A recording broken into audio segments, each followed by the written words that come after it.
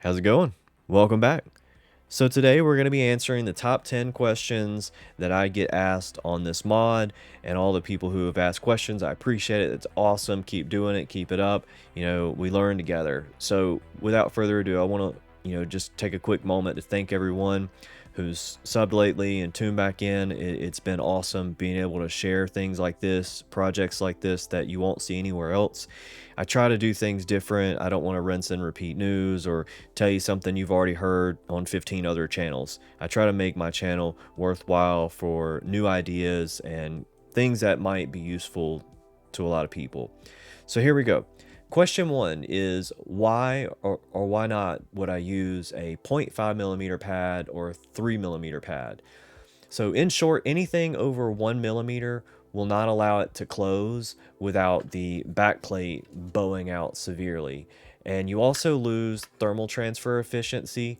In short, anything 1 millimeter, it gives you a good amount of squish basically to fill the gap. There's actually a gap between here and here. It's like maybe like a 0.2 millimeter difference. But if you have a 0.5 millimeter pad, it's too flat and too thin, and it will actually not let the heatsink sit down fully flush. 0.5 millimeter pads are really good for certain types of GPUs where they're going to be under a lot of pressure and it's an extremely flat surface. They're just not ideal for this scenario. The industry standard is 1 millimeter on thermal pads.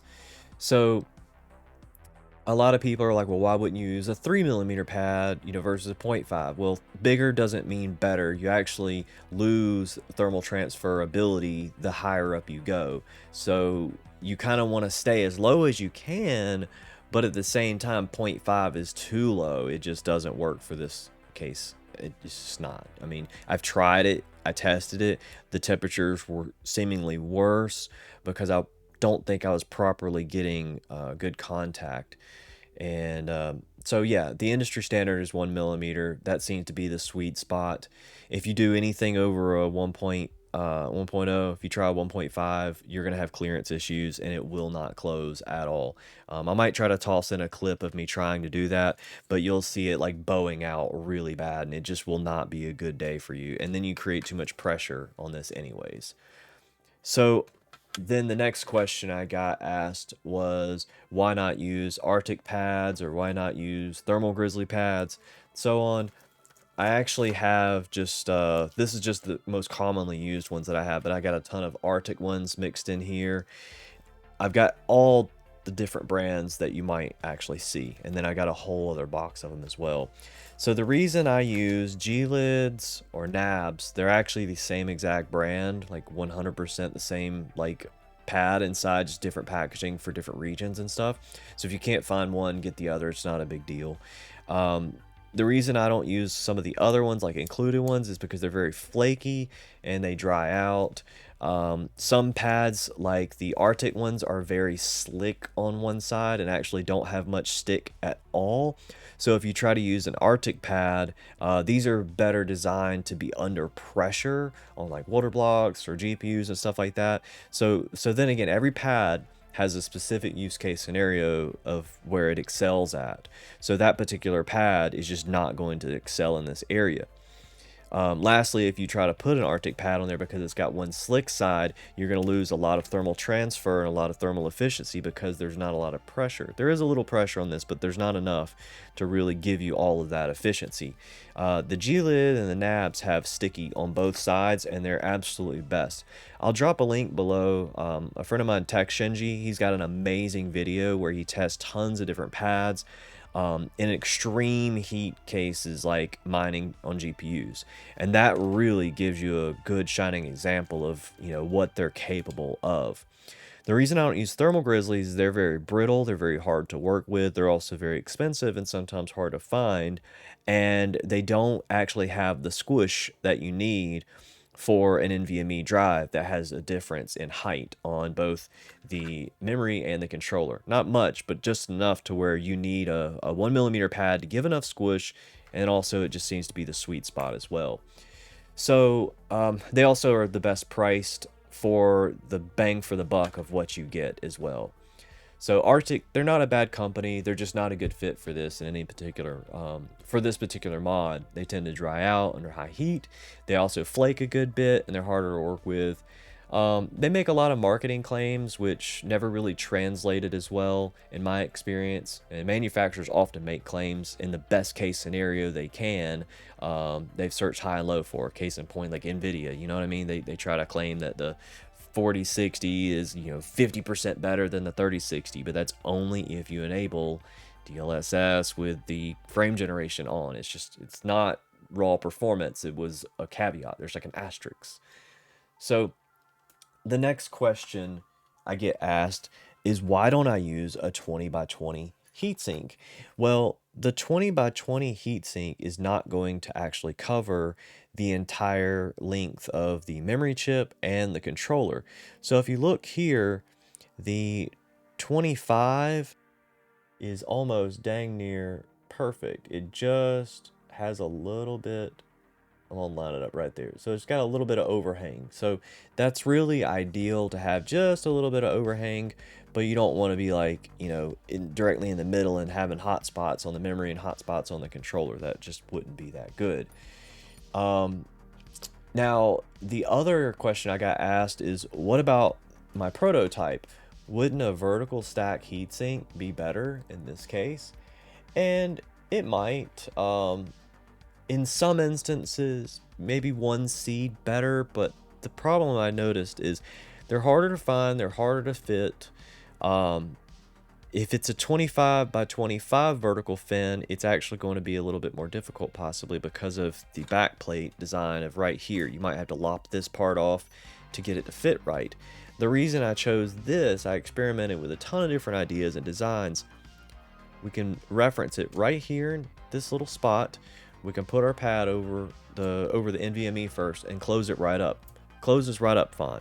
Oh, and also, if you haven't seen the mod, go watch the last mod video, and it'll give you an idea of how to do this as well. So if you have questions, go watch that video. So yeah, that right there was the next one, is should use the vertical fin stack. Yes and no. The thing is, it might be 1C better, it might not. I really don't know. I think it's just more surface area that's able to cool. I think it's just really what it comes down to. It's just more surface area on the fins. The other way is cut this way, so these are a little heavier, a little more dense cooling. The next question was, will it make the backplate hotter? No. In fact, it actually will make it cooler because the air is passing through the vents right here to the heatsink and cooling it much quicker than it does without. So the heat normally is trapped and uncooled on the inside of this, leading to higher drive temps, and that basically is kind of why you might feel more heat without it than with it. So I have not noticed any increased temps, which is the sixth question. Have I noticed any increased temps on the APU? And the answer is no. Actually, I might have even seen less temps because it's taking out heat that's normally just soaking around in there. I'm going to get to this question next.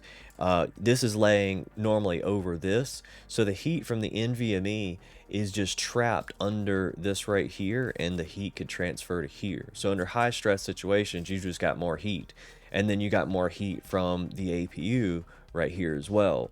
So my testing prior is with this removed on both ways. So when I tested the thermals with the Raw Dog, no heat sink, that was without this also, because when I tested it with this over it, oh, it's even hotter than that. But I just immediately removed this when I bought it, so I wanted to give a fair comparison, because this is a dust shield. It's not important at all. Like, you don't need this at all. The next question I get asked is, should I remove the NVMe label? And in short, no. Two reasons. The thermal pad is basically gonna stick to it either way, just the exact same. There was no difference in doing this. I did it for science just to make sure. I just didn't think it deserved any airtime talking about it. So also, the manufacturers might not warranty a drive if you have the sticker removed. And as you can see, it kind of like peeled off like on these, and it's very hard sometimes to get off cleanly, so I just didn't even mention it as well. So the next question is, should you remove the sticky tape? Yes, of course. I think I mentioned this before. Remove the sticky tape. This isn't really going to help you in any way. I've tried it with it. Oh, it's horrible. You don't want to do that. You don't want to stack thermal solutions. You don't want to stack thermal pads. It's just not worth it.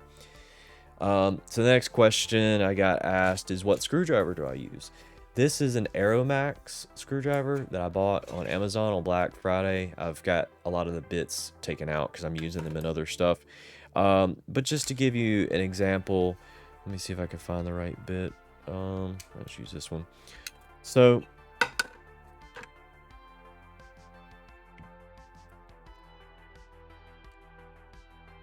it's magnetic. It's got a light. You can change the torque settings right here. I think you have to hold it. Oh, there you go. So you can change the torque settings. I think it even changes the speed. Yeah.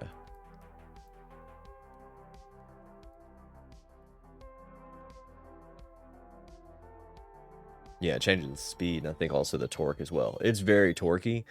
It's actually really good. Highly recommend this. If you need you a good screwdriver, buy one of these. They're not super cheap, but they're also not super expensive either. I think I paid like 40 or 50 bucks for it. They've got different models as well. Okay, so in summary, the goal was to prolong the life of the drive and make sure it never thermally throttled. Um, if you ask drive manufacturers, they'll tell you the sweet spot is between 0 and 70 C, like maximum. It's kind of like a car. You don't want to drive your car. If you look at the gauge on any car, it's got a temperature gauge, and it's got like high, and it's got like low, which is like off. Okay, high is like you need to pull over like right now and like fix your car or get it towed. Okay, that means you're gonna have an issue soon. Can you drive it for a long time at high? In some instances, yes, but it's going to probably do damage to your motor as well. So can you run these drives high? Yeah, of course, but like you're probably going to run into some issues sooner rather than later. So if you keep them below the thermal threshold, you're going to prolong the life of your drive, and it's just going to not let you thermally throttle anymore. So that was the goal, is to get it to be below that temperature threshold.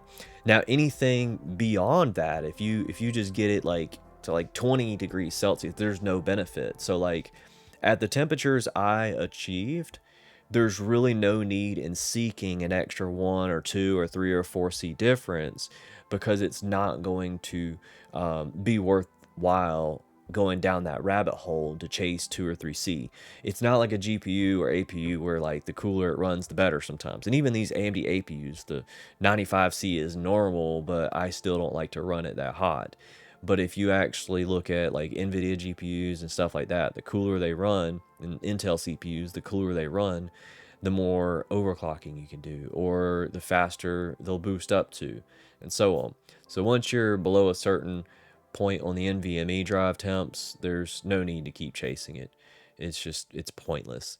And this also just seemed to be the most plug and play method that had the most repeatable results, that will get you well below the thermal limits and keep the drives in a much happier zone for temps and gaming in the low 40s.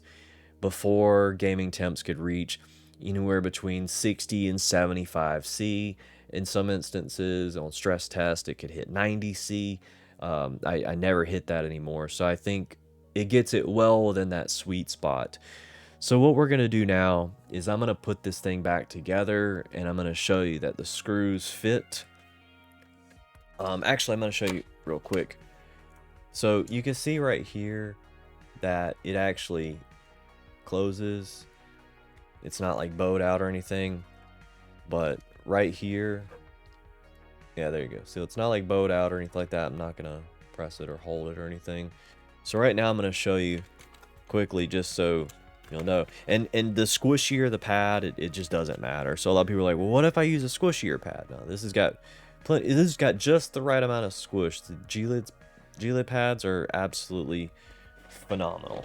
But yeah, I'm huge into modding and like doing water blocks. This is an old water block off EVGA 3090.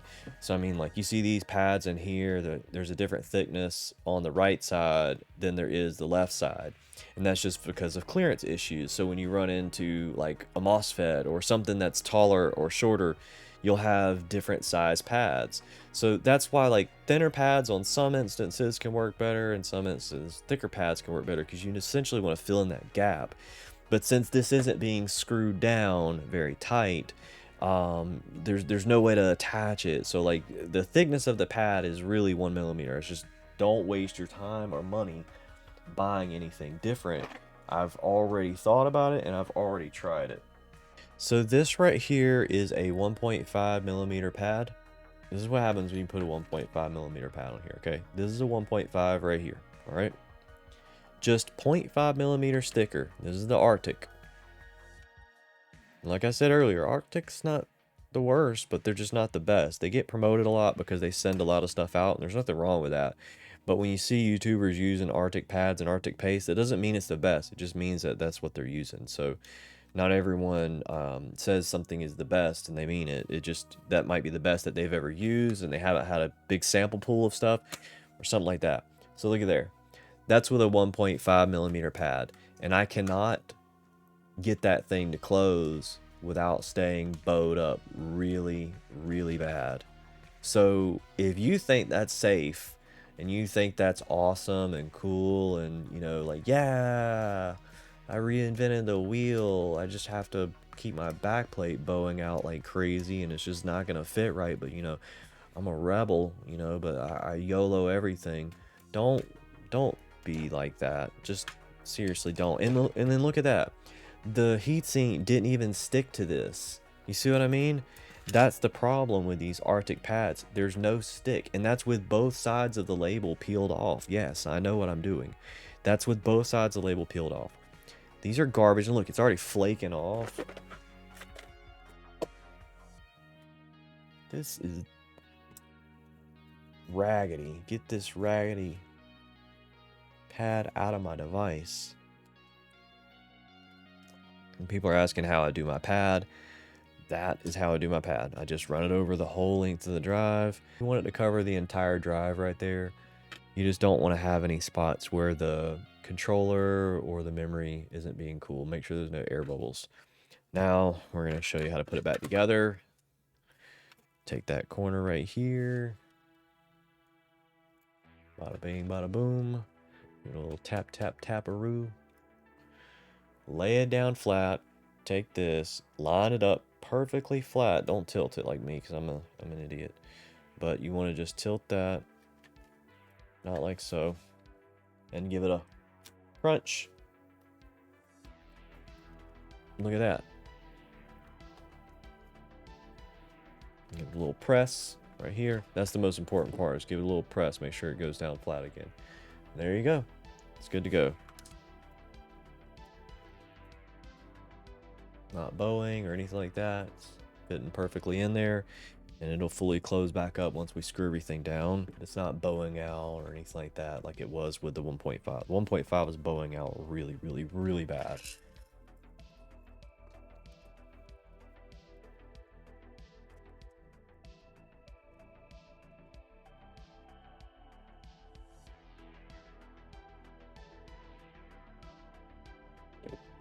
Boom. Perfect.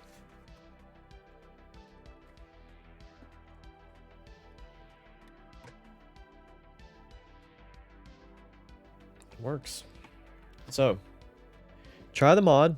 Let me know what you think. It's a really good mod. It's the best one I've come up with. I just don't think there's a whole lot else to talk about, but if you want a kit that's ready to go with a pre-cut thermal pad, let me know. I might do some deals where, you know, you just send me whatever it costs to ship it or something like that. So I'm not really making any money. I'm not really selling them. I'm just shipping them to people, as long as you pay for the shipping or send me a shipping label or something like that. I've got some pads left. I've got a few of these heat sinks left, so while supplies last, I'll see how well it does. I might only have like 2 or 3, so by the time you watch this, let me know and I'll tell you if I got any more left or not. So this is going to my TV or my screen, so unplug that. I'm using the dock, by the way. The dock is right here. All right. Well, that's pretty much it. I think I'm gonna run. I think I'm gonna go. Edit this video and pop it on the interwebs for you all. And next, we're gonna be testing some games. I'm also gonna work on here in a minute, actually, um, a couple cool videos. So I've got one that's gonna talk about RAM and VRAM and why it really matters. And then we're gonna talk about the infamous active wallpaper engine where you see people's wallpapers in the background moving. Don't do that stuff. Period. Just don't do it. Maybe on a desktop or something, but on the Ally, because it's already like doesn't have a lot of memory, doesn't have the most uber fast CPU, but also that stuff uses a lot of storage. There's a lot of stuff going on in the background, so even if you disable it while you're gaming, there's like 2 services or 3 services still running in the background that are waiting to see when you do stop playing the game, so then it can just hook back in. But it's just not worth it on the active wallpaper engine, with some of the wallpapers taking up as much as 10 gigs for just one wallpaper. And if you look at like everything it's installing and the extra services that run with it and how it's from China, I don't know, a little sus. Some of them are from Russia, some of them are from, you know, all these different countries and stuff, and it's just a little sus. I'm just saying that you have to download something that somebody else created. It's not actually what Wallpaper Engine created, it's what somebody else created. So they could have embedded a virus in there, they could have embedded anything. And there's a lot of viruses nowadays that are getting straight on past any antivirus software. Case in point, like there's a huge security flaw with all the old school Modern Warfares on, like, you know, PC. So if you get in there, somebody can hack your PC. And just look it up. Look up Modern Warfare, Call of Duty Modern Warfare 3 vulnerability PC. It's still unpatched. So with that, we're also going to talk about the Game Pass that is going to be adding all the Call of Duties, and it's absolutely amazing. Just last night I was playing Modern Warfare 3, and there was over 100,000 people playing that game. 100,000 people playing that game. It's crazy. So for an old school game like that, that's awesome. We're gonna see all the Call of Duties come to Game Pass soon, so stay tuned. They will hopefully be sooner rather than later, but they will work on the Ally, because at the end of the day, it's just a PC game that they're adding to Game Pass. All right, well, I'm gonna head on out. I hope all of y'all have a good afternoon, good evening, or good night.